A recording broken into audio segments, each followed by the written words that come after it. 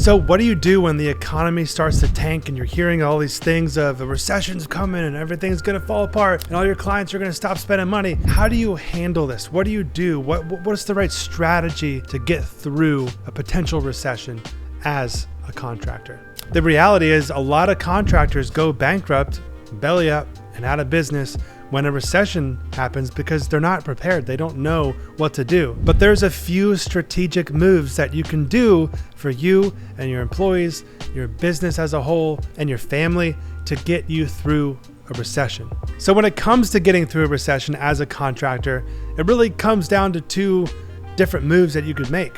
Do you lean in deeper to your niche and the things that you typically focus on, like residential, commercial, multifamily, or whatever you're doing? Or do you diversify, right? Do you pivot? And it's very common for a lot of contractors to pivot into a different type of niche or niche, but it can't be a reactive approach. This has to be a little bit more thought through and targeted for this to work properly. It shouldn't just be some reactive experiment. So if the demand for the type of projects that you typically do just totally suddenly drops and isn't there anymore, then maybe you need to transition. If there's like some hurricane that comes through and there's a ton of opportunity and a need in the market for you to go help fix up all these houses or something along those lines, that's a great example of a pivot to something that's beneficial for the community, and you can also profit from that as well for your business. And if there's no, market for what you're currently doing anymore, then that would be a great reason to go ahead and make that pivot. But maybe another way to think about it, of a way of pivoting,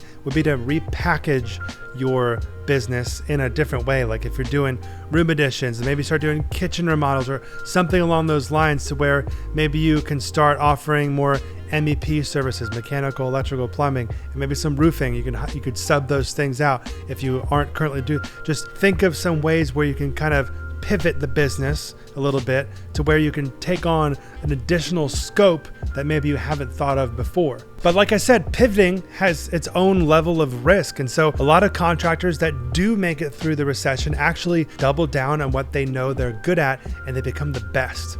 And they know how to find those projects. And those projects, if those projects are still happening, they dive down even deeper into the niche and really become a master of that specific situation. So it might be better to dive deeper into what you know you're good at versus learning a whole new skill. But if there is a high demand of some sort for a pivot to make sense, then it might make sense to go ahead and make that pivot if it makes sense. A huge mistake that I see a lot of contractors make that tanks their construction businesses, especially during a recession, is to lighten their gas pedal on their marketing efforts. You cannot lighten the gas pedal, even if it costs you money and time and energy to do your marketing. You can't let off the marketing, especially during a recession. I know it's scary because you're thinking, man, these people aren't spending money.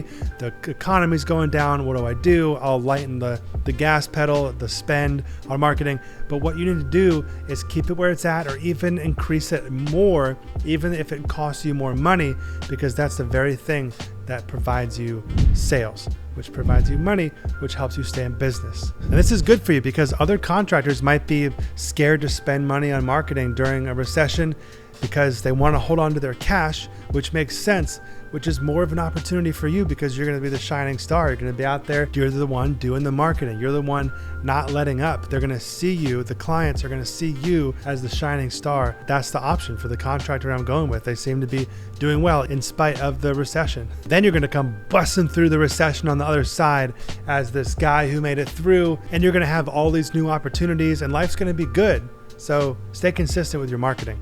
And a huge thing that I recommend is building up your cash reserves. Just like a bear gets prepared for hibernation, he prepares for the winter months in advance. You should always have 6 to 12 months of your expenses in your account, just as a safety net.